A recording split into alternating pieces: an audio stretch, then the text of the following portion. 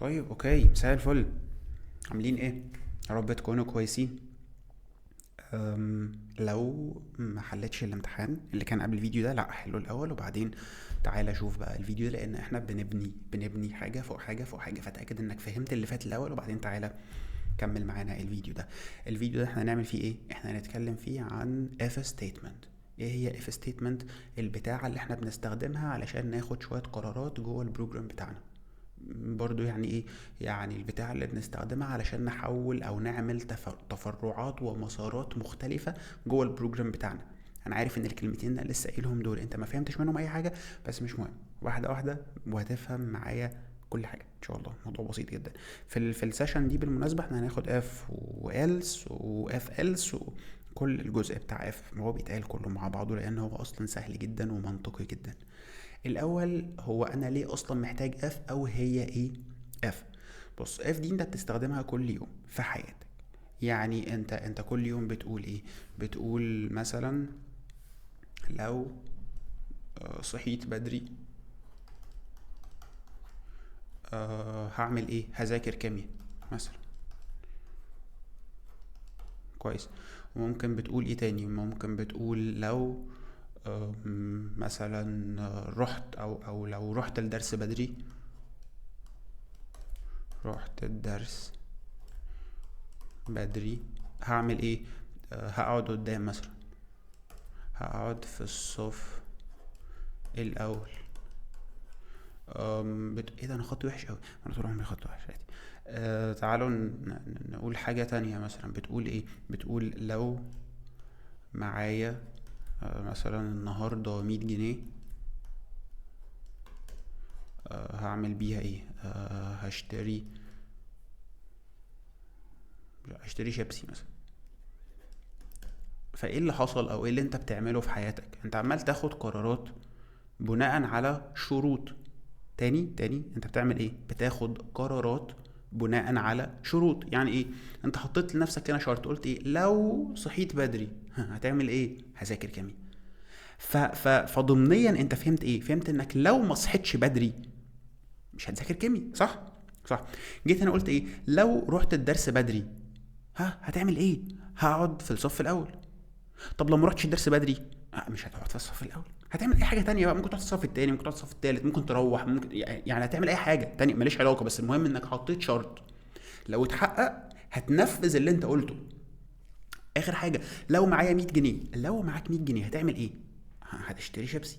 طب لو مش معاك 100 جنيه مش هتشتري شيبسي، صح؟ يعني مش هتنفذ اللي انت قلته ده. انت عارف اللي انت عملته ده ايه؟ انت عمال تعمل اف كونديشن. بس كل اللي انت عمال تقوله ده عمال تكتب اف كونديشنز جوه دماغك، تكتب اف كونديشنز جوه دماغك. طيب، تيجي نحول اخر واحده دي لاف كونديشن. تعالى نحولها لاف كونديشن. بص، لو هكتب اف، بدل لو هكتب اف. لو ايه؟ لو معايا 100 جنيه. طيب، الشرط ده بكتبه فين؟ بعد اف بفتح القوسين دول وبكتب جوه هنا الشرط. فالشرط هيبقى ايه؟ لو معايا 100 جنيه. طيب، لو معايا 100 جنيه هعمل ايه؟ هتشتري شيبسي. اوكي، هكتب هتشتري شيبسي دي فين؟ عادي، ممكن تحت اف هنا هشتري شيبسي.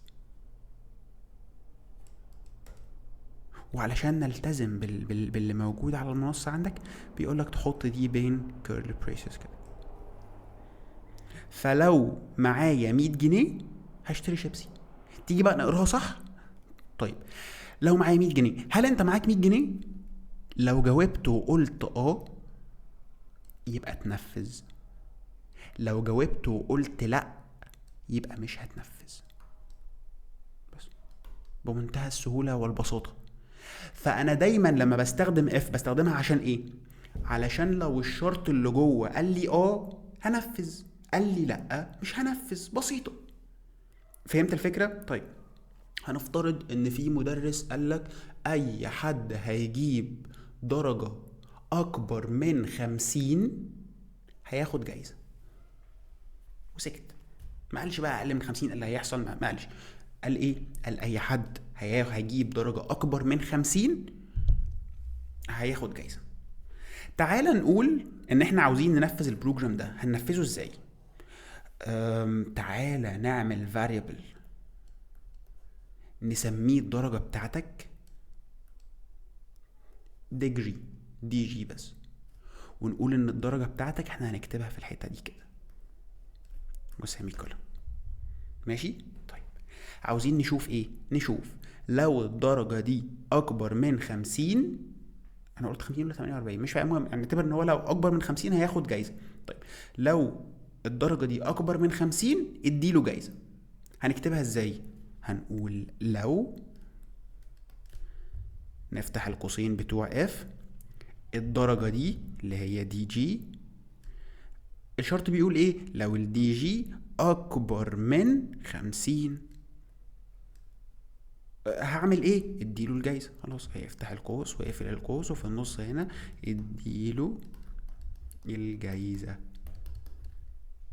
بمنتهى السهولة والبساطة. فلو كان الراجل ده او لو كان الطالب ده جايب 48، ايه اللي هيحصل؟ هيدخل هنا اف دي جي. هي ايه دي جي دي؟ ده فاريبل موجود في الميموري، ده متغير موجود في الميموري، قيمته بكام؟ ب 48. خلاص امسح لي الدي جي دي وحط مكانها 48. هل ال 48 اكبر من 50 ولا لا؟ لا. يبقى هل هنفذ ولا مش هنفذ؟ طبعا مش هنفذ. ليه؟ لان الاجابة طلعت بلا، الإجابة طلعت بغلط، الإجابة طلعت بحاجة كده جميلة قوي هنتعامل معاها كتير بقى، اسمها إيه؟ اسمها false. طيب حلو قوي. فلو الإجابة طلعت بلأ، لو الإجابة طلعت بفولس، أنا مش هديله الجايزة، مش هنفذ اللي جاي هنا. طيب نفترض إن الراجل ده ما كانش جايب 48، نفترض إن هو كان جايب 55، إيه اللي هيحصل؟ تعال نشوف، نخش جوه اف، هيقول لي دي جي، دي جي دي بكام؟ نروح في الميموري نلاقي الدي جي فيها 55. خلاص اوكي، فالدي جي دي فيها 55. طيب هل ال 55 اكبر من 50؟ صح.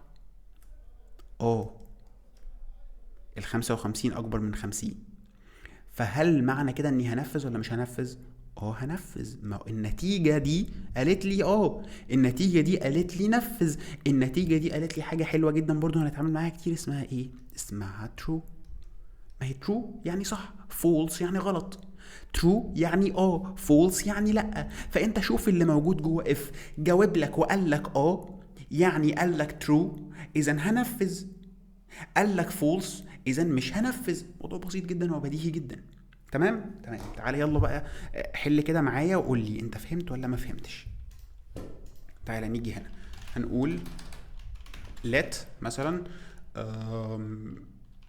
score be equal 101. اوكي شيل النوم. اوكي 101 ماشي. وبعدين ركز معايا قوي وشوف انا هعمل ايه. هقول لو انا عاوز بقى اجيب البتاعه اللي بكتب بيها دي على جنب شويه، هجيب لي الكيبورد دي هنا كده عشان نعرف نكتب. هقول لو ايه؟ لو السكور ده اكبر من مثلا نقول 90،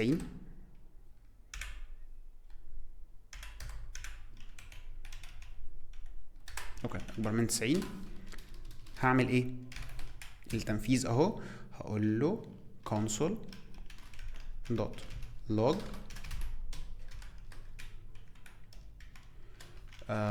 you are a مثلا بالشكل ده. متنساش السيمي كولون، لانه خد بالك دي فتحة القوس ودي قفلة القوس. لو تبص دي فتحة القوس ودي قفلة القوس. ماشي. طيب تعال اول كده نحل دي ونشوف الموضوع هيكون فيه ايه. تعالى يلا ناخد سكرين شوت كده ونناقشها مع بعض الاول ونتاكد ان احنا فاهمينها كويس قوي. تعال نشوف. اول حاجه قلت له الليت سكور بتيكوال 101 صح. هيعمل ايه؟ هيروح في الميموري. اول ما قلت له الليت سكور هيروح في الميموري يفتح لي المكان ده هيسميه ايه؟ يسميه سكور. حلو. لما قلت له هنا سكور بتيكوال 101 قلنا دي اسمها ايه؟ اسمها اساينمنت اوبريتور. يعني ايه؟ يعني اللي في اليمين بيتحط في الشمال، فخد لي ال 101 حطها لي جوه سكور. اذا هنا بقى في 101. طيب حلو. جيت بعدها قلت له لو سكور اكبر من 90. يعني ايه لو سكور اكبر من 90؟ هي ايه سكور دي؟ سكور دي مكتوبه من غير دبل كوتيشن، معنى كده ان انت قصدك ان دي فاريبل، صح؟ صح. يعني هروح ادور في الميموري عليها، روح دور في الميموري عليها. جيت ادور لقيتها قيمتها بكام؟ ب 101. خد ال 101 ارجع حطها هنا تاني كأن ما بقاش في سكور، عوض بقى بالقيمه بتاعتها بقت 101. فهل ال 101 اكبر من ال 90؟ يعني منطقيا ايه؟ 101 اكبر من 90؟ اكبر، صح؟ اكبر. بس احنا ناس بتوع برمجة، فما بنقولش بنقول ايه؟ بنقول ترو. هل ال 101 اكبر من 90؟ ترو. ترو يعني ايه؟ يعني صح. ففي حالة ان هي ترو هعمل ايه؟ هنفذ. فالمفروض دلوقتي هو يقول لي ايه؟ يقول لي يو ار ايه. فهل هينفذ ولا مش هينفذ؟ هينفذ. هيطبع لي ايه؟ هيطبع لي يو ار ايه. تمام. تعالى يلا كده نجرب تاني ونشوف. يجي هنا شغل، قال لي undefined، في مشكلة. ايه المشكلة؟ واحدة نشوف فين المشكلة. score is not defined. يا ليه score is not defined ليه؟ ما هي score اهي. كاتبين سكور غلط. بصوا هنا كاتبين SCORE وهنا SOCRE. فالسكور السبيلنج بتاعها مش مظبوط. ماشي خلاص، ظبطنا السبيلنج بتاع سكور. تعال نشغل. قال لي URE. ماشي. تعال نكمل على نفس البروجرام ده. هقول له ايه تاني؟ هقول له لو السكور ده مش هنا. انا ليه بكتب سكور غلط؟ سكور مش هنا. انا استخدمت العلامه اللي اسمها اكبر من. على فكره انت عندك برضو اصغر من، يعني ممكن تقول له اصغر من. لو السكور اصغر من 99 هعمل ايه بقى؟ هتقول له console دوت log URB. ماشي. اقول له انت بي. طيب تعال نكمل، مش هنسكت لحد هنا بس. ممكن نقول ايه تاني؟ نقول لو السكور اكبر من او يساوي 101. ايه اللي انت كتبته ده اكبر من او يساوي. دي اكبر من بس، يعني لو السكور اكبر من 90 هيعمل ده. طيب دي اكبر من او يساوي بتتكتب ازاي؟ بتتكتب زي ما بنطقها. اكبر من او يساوي هيبقى اكبر من وبعدها يساوي. اصغر من او يساوي او اقل من او يساوي يبقى اقل من وبعدها يساوي. زي ما بتنطقها اكتبها. يعني لو جيت كتبتها كده غلط، مفيش حاجه اسمها كده. لو كتبتها كده غلط، دي اسمها ايه؟ احنا ما بننطقهاش كده، بننطقها اكبر من او يساوي. فاكتب اكبر من وبعدين يساوي. لو السكور اكبر من او يساوي 101 اعمل ايه؟ قول لي console دوت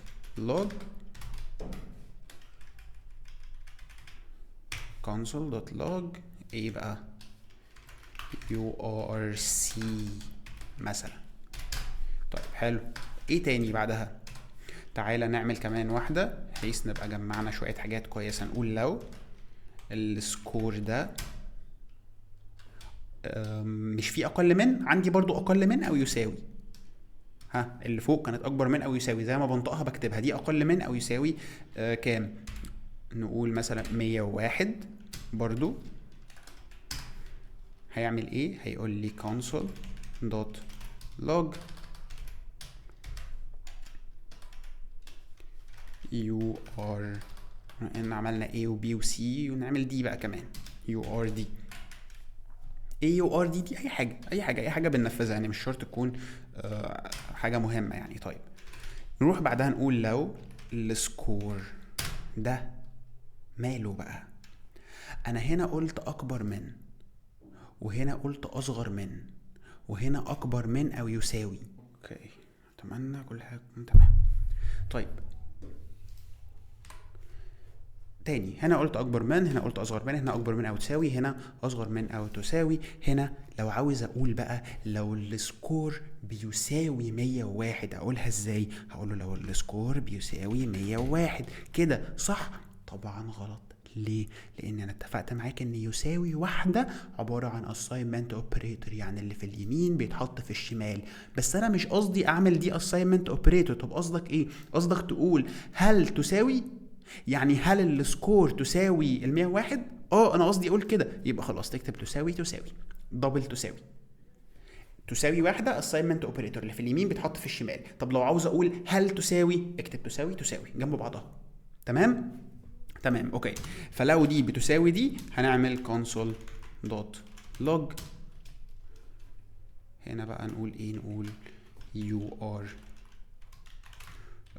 w مثلا في الاخر سيمي كولون. انا كنت حريص جدا ان انا اكتب البراكتس بالشكل ده، واحده تبقى بالشكل ده وواحده تبقى بالشكل ده وواحده تبقى بالشكل ده وواحده تبقى بالشكل ده، عشان تتعود على الاربع اشكال دول، ما تحسش ان انت متلخبط لو في حاجه غلط حصلت. تعال نشرح بقى اللي احنا كتبناه ده ونحاول كده نقول ايه هو الاوتبوت بتاع البروجرام ده. يلا بينا، تعال نكبر، نعمل هنا كده شويه. اوكي يلا بينا. اول حاجه قلت له، قال لي لا سكور بتيكوال 101. فايه اللي هيحصل؟ زي ما احنا متفقين، يفتح مكان في الميموري هيسميه سكور. لما قلت له سكور بتيكوال 101 ياخد 101 يحطها في سكور، هنا بقى فيه 101. حلو. لو السكور اكبر من 90، ثانيه واحده، سكور بكام دلوقتي؟ ب 101. اوكي 101. هل ال 101 اكبر من 90؟ صح، يعني true، يعني هبرنت هبرنت، فدي هيعمل لها برنت، المفروض يبرنت ليا يو ار اي. حلو. وبعدين هكمل البروجرام، لسه ما خلصش، في لسه حاجات تحت، فانا هنفذ. نزل. هل السكور اقل من 99؟ هي السكور بكام؟ 101. هل ال 101 اقل من 99؟ لا. طب لا دي يعني ايه؟ يعني فولس. فالنتيجه النهائيه بتاعت دي هتكون ايه؟ هتكون فولس. فهل السكور اقل من 99؟ فولس، فمش هينفذ دي خلاص. شوف اللي بعدها. هل السكور اكبر من او يساوي 101؟ خد بالك بقى، في هنا شرطين، اكبر من او يساوي ده او ده، يعني لو ده صح تمام، لو ده صح تمام، ده او ده تمام. فهل السكور اكبر من او تساوي 101؟ تعال نشوف. هل السكور اكبر من 101؟ لا ده 101 اصلا، فال 101 مش اكبر من ال 101، بس في تساوي. هل السكور اكبر من او تساوي 101؟ لان السكور دي بتساوي 101، فدي هتبقى صح، هتديني ترو ودي هتتنفذ. طيب هل السكور اقل من او تساوي 101؟ هي مش اقل من، بس تساوي، وهي اسمها اقل من او تساوي، فدي او دي. يعني لو اقل من تبقى صح، لو تساوي تبقى صح. يعني لو كانت دي مثلا 90، فهل السكور اقل من او تساوي 101؟ صح برضو. ليه؟ لانها ب90، فهي اقل من بس مش بتساوي. ايوه، ما هي اقل من او تساوي ده او ده. طيب فهل السكور اقل من او تساوي 101؟ صح، لانها بتساوي 101، فدي هتبقى ترو، فهينفذ دي. تعال نشوف اللي بعدها. هل السكور تساوي 101؟ خد بالك بقى، هنا كاتب ايه؟ كاتب تساوي. طب لو كنت كتبتها تساوي واحده بس، غلط، كان هيعمل بيهيفير انت مش متوقعه، كان هيعمل حاجه انت مش متوقعها. ما تعملش كده. بعدين هبقى اقول لك ممكن هيعمل ايه. السكور ايكوال 101. هل السكور بيساوي 101؟ صح، ترو. فاذا هعمل ايه؟ هقول console.log you are w، فبالتالي هيبرنت دي. فالمفروض دلوقتي هيبرنت ايه؟ يبرنت you are a you are c you are d you are w، ومش هيبرنت you are p. اتمنى تكون فهمتها كويس. يلا بينا نشغل الكود. you are a c d w، وفعلا البي ما طبعهاش كويس. دلوقتي احنا اتعلمنا ايه؟ اتعلمنا ازاي نقدر نقول اف، نقول لو. صح وفهمنا ان لو الشرط ده صح هينفذ الكلام ده. صح. ولو خدنا نفس الاكزامبل اللي احنا كنا واخدينه، اللي هو مثلا ده السكور، ولو السكور اكبر من 50 هقول له ايه؟ هقول له اديله الجايزة. طيب لو لا بقى اعمل ايه؟ ممكن مثلا يكون لو اكبر من 50 هديله جايزة، لو لا هديله جايزة صغيرة. ممكن عاوز اعمل كده. صح. فانا عندي حاجة بتقول لي غير كده، يعني بقول له لو السكور اكبر من 50 اعمل ده، غير كده اعمل ده. غير كده دي بقى بكتبها ازاي هنا في البروجرامينج؟ بكتبها بحاجة اسمها else. else دي معناها ايه؟ معناها غير كده. والتنفيذ بتاع else بيبقى ازاي؟ بيبقى بالشكل ده برضو عادي خالص. هقول له console دوت log اديله الجايزة الصغيرة، اديله الرهوان التاني مش الاولاني، اديله بقى الرهوان التاني. كتبنا طبعا عربي الدنيا هتبوظ شويه. المهم مش عارف بقى هيبرنتوا عربي اصلا ولا لا، او بيقبل عربي ولا لا، تعال نشوف. فلو السكور اكبر من 50 هيعمل ايه؟ هيديله الجايزه. لو لا هيروح ينفذ اللي بعد إلس، مش هيديله الجايزه او هيديله الجايزه الصغيره. تعال نشوف. هو 101 فالمفروض يديله ايه؟ هيديله الجايزه. تعال نشوف. قال لي اديله الجايزه. طيب لو غيرت دي خليتها 48 ايه اللي هيحصل؟ هيروح يشوف هل السكور اكبر من 50. هي السكور بكام؟ 48. هل ال 48 اكبر من 50؟ غلط، يعني فولس، يعني مش هينفذ اللي بعد اف، يعني هيروح ينفذ اللي بعد إلس. هينفذ اللي بعد غير كده. اللي انا كاتبه ده بقول له ايه؟ لو السكور اكبر من 50 نفذ ده، غير كده نفذ ده. غير كده يعني ايه؟ اي حاجه تانية مش مهم هي ايه، اي حاجه تانية نفذ ده. فهيعمل ايه دلوقتي؟ هل 48 اكبر من 50؟ غلط، فروح للي بعد غير كده نفذه. فيقول لي ايه؟ اديله الجائزه الصغيره. تعال نشغل. قال لي اديله الجائزه الصغيره. فهمت الفكره؟ فهمت الفرق بين اف لوحدها واف إلس؟ اف لوحدها اللي هي لو، اف وإلس يعني لو كذا اعمل كذا، غير كده اعمل كذا. ماشي، انا فهمت اللي انت كتبته ده جدا وبقيت مبسوط. طيب بص بقى، في العادي هتلاقيه كاتبها لك دايما كده وانت شغال، هتلاقيه دايما بيكتب لك بالطريقه دي كده كده بالشكل ده. ماشي، يعني كله على سطر واحد بس مش مهم يعني، عادي. المهم تتاكد ان السيمي كولوم موجوده، تتاكد ان كل حاجه مظبوطه، مفيش مشكله. طيب انزل تحت، سيبنا من دي. عاوزين نعمل بقى حاجه تانية مظبوطه اكتر منها، اللي هي ايه؟ لو درجتك ما بين او لو درجتك اكبر من 90 تاخد الجايزه الاولى، اكبر من 80 تاخد الجايزه التانية، اكبر من 70 الجايزه التالتة، اكبر من 60 الجايزه الرابعه. غير كده ما تجيش الدرس تاني. تمام؟ شفت احنا عاوزين نعمل ايه؟ اكبر من 90 الجايزه الاولى، 80 الجايزه التانية، اكبر من 70 الجايزه التالتة، اكبر من 60 الجايزه الرابعه مثلا، واقل من كده او غير كده ما تجيش الدرس تاني. تعال نشوف دي ممكن نعملها ازاي. يعني انت عاوز تقول لو السكور ده اكبر من 90 هياخد الجايزة الاولى. console.log first او AW مثلا 1. نفترض ان هي دي الجايزة الاولى. ماشي تمام. طب لو عاوز تقول بقى لو السكور اكبر من 90 ترجع تكتب اف تاني؟ لا، ما تعملش كده. عندك حاجة اسمها غير كده لو. مش انا اتفقت معاك ان دي اف السكور اكبر من 50 اعمل كذا، غير كده اعمل كذا؟ عندي حاجة بقى اسمها غير كده لو، اللي هي بكتبها ازاي؟ بكتبها else if. يعني غير كده لو السكور ده اكبر من 80، اللي هي هقول لك دلوقتي انا ليه بقولها غير كده لو وهفهمها لك قوي يعني.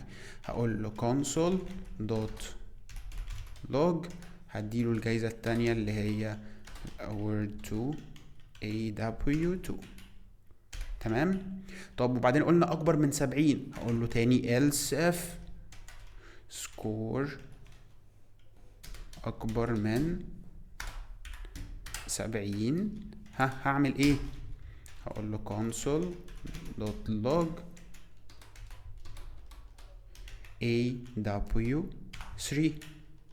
طيب وبعدين لو اكبر من 60 اعمل كذا، اقول له else if score اكبر من 60 هعمل ايه؟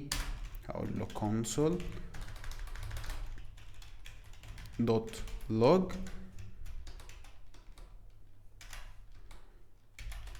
award AW4 بالشكل ده، تنساش السيمي كولون. وبعدين لو مش اكبر من 90 ولا 80 ولا 70 ولا 60 هعمل ايه؟ هقول له else. اعمل ايه بقى في حالة الelse؟ برضو افتح القوسين دول console.log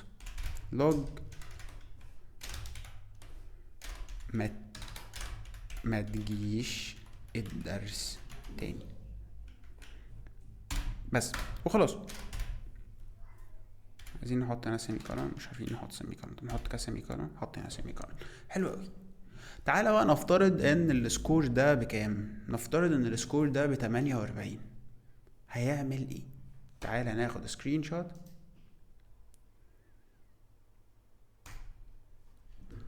ونشوف بقى هيعمل ايه. طيب خلينا من اول اللاين 7. طيب السكور ده بكام؟ 48. تعال نشوف هيعمل ايه. هيشوف لو السكور اكبر من 90. هل السكور اكبر من 90؟ ده ب 48.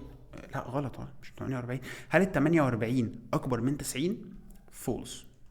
بما انها ادتني فولس فهيعمل ايه؟ هيروح عند else if. عشان ادتني فولس هيروح عند else if. بعد نشوف عند else if هل السكور اكبر من 80. السكور بكام؟ ب 48. هل ال 48 اكبر من 80؟